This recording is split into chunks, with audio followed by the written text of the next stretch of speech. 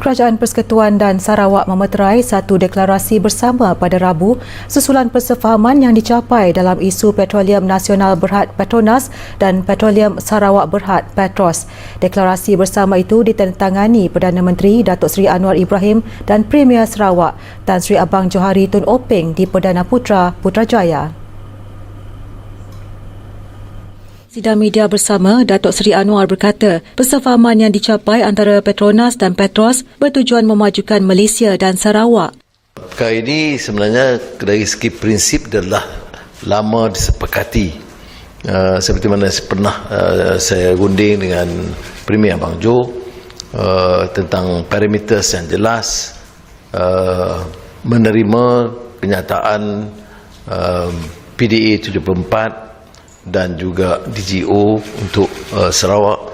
Maknanya keadaan terkini menuntut kita menerima kenyataan bahawa Sarawak berkembang lebih matang dan lebih punya keupayaan, termasuk mendirikan syarikat minyak negeri yang punya potensi besar. Perdana Menteri berkata, persefahaman yang dicapai juga akan memastikan kedudukan Petronas kekal tidak tergugat, manakala peranan Petros sebagai syarikat minyak dan gas di Sarawak diiktiraf.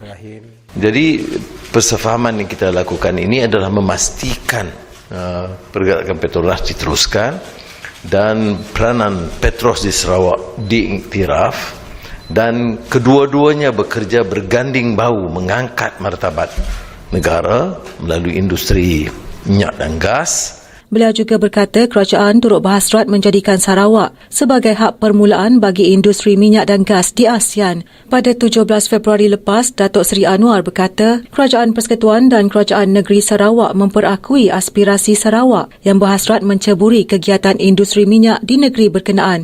Perdana Menteri dilaporkan berkata hasrat itu dipaparkan menerusi DGO 2016 pindaan yang berkuat kuasa pada 1 Mac 2025. Dalam pada itu, Premier Sarawak Tan Sri Abang Johari Tun Openg berkata Petronas dan Petros akan melaksanakan tugas dan peranan mengikut peruntukan Undang-Undang Sarawak serta Persekutuan.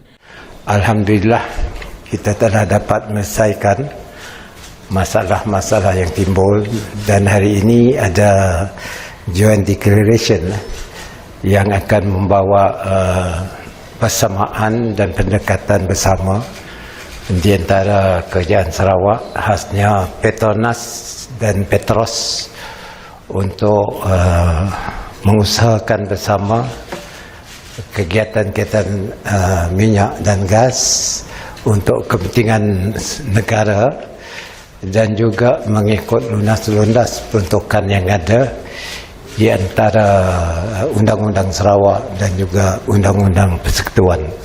Beliau menegaskan kedua-dua syarikat itu komited untuk terus bergerak bersama demi kepentingan negara juga Sarawak. Kerajaan Persekutuan dan Sarawak mencapai persefahaman dalam isu Petronas dan Petros melalui pemeteraian satu deklarasi bersama ditandatangani Perdana Menteri dan Premier Sarawak hari ini.